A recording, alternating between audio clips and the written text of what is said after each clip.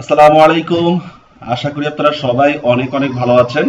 আমরা প্রতি সপ্তাহের মঙ্গলবার এবং শুক্রবার বাংলা গ্রামার ও সাধারণ জ্ঞানের এক্সাম নিচ্ছি।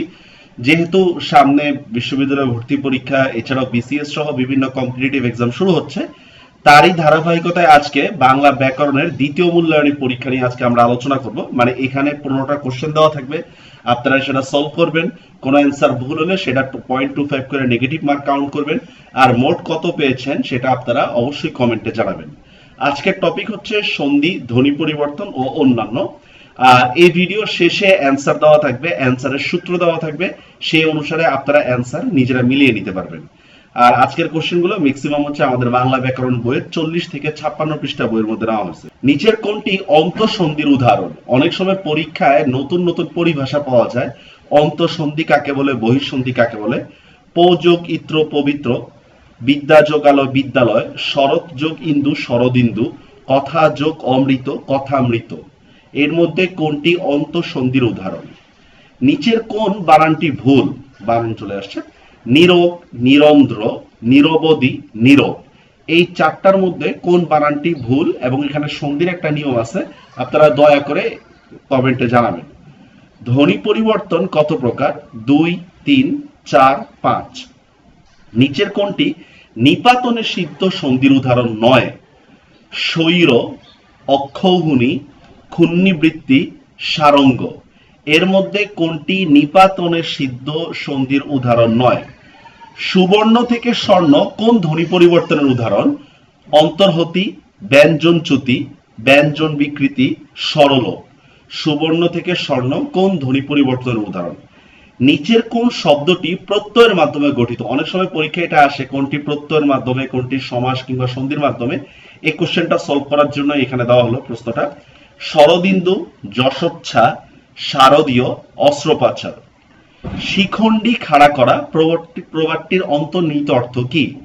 সুযোগ গ্রহণ করা, আড়াল থেকে অন্যায় করা, অন্যের ভরসায় বেসুমার খরচ করা, ভালোর অভাব মন্দ দিয়ে পূরণ। নিচের কোন বানানটি ভুল? 29 মানে কিন্তু দীর্ঘকার দিয়েছি। শিরোপীড়া, কঙ্কন, নারীত্ব। কোন বানানটি ভুল? দুর্বোধ্যতা, গুরুচণ্ডালী ইত্যাদি দোষগুলো বাক্যের কোন গুণের সাথে জড়িত? আকাঙ্ক্ষা, বাহুল্য দোষ, যোগ্যতা, আসক্তি।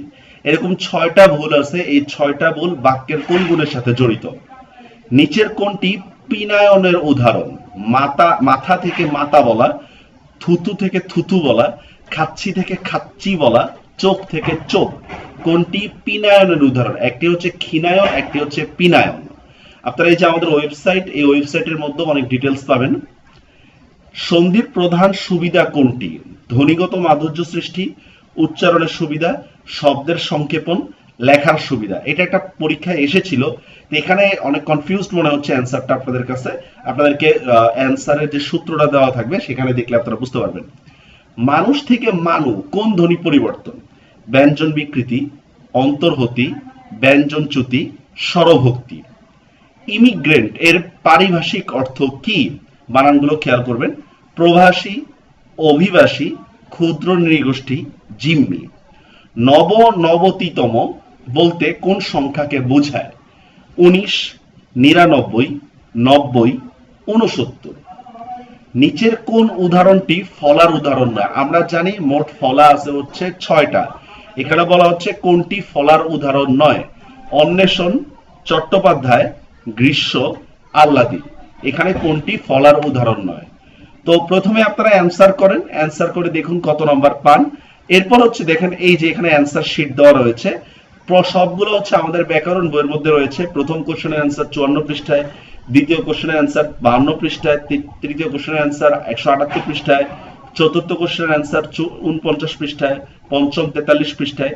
এইভাবে 15টি কোশ্চেনের অ্যান্সার আমাদের বইয়ের সূত্র থেকে দেওয়া হয়েছে, যার ফলে এই 15টি কোশ্চেনের অ্যান্সার বের করতে গেলে আপনাকে মিনিমাম 15 পৃষ্ঠা হলেও পড়তে হবে। আর এই হচ্ছে আমাদের ওয়েবসাইট, ফেসবুক গ্রুপ, ইউটিউব ইত্যাদি। আমাদের ফোন নম্বর, আপনারা চাইলে আমাদের কোর্সেও অ্যাডমিট হতে পারেন। তো সামনে যেহেতু পরীক্ষা, এর জন্য আপনাকে অবশ্যই খুব ভালো করে প্রস্তুতি নেওয়া আবশ্যক। এই প্রস্তুতির জন্য কিন্তু এই পরীক্ষাগুলো আপনার সহায়ক হতে পারে। তো যদি ভালো লেগে থাকে তাহলে অবশ্যই অন্যদের সাথে শেয়ারের অনুরোধ রইল।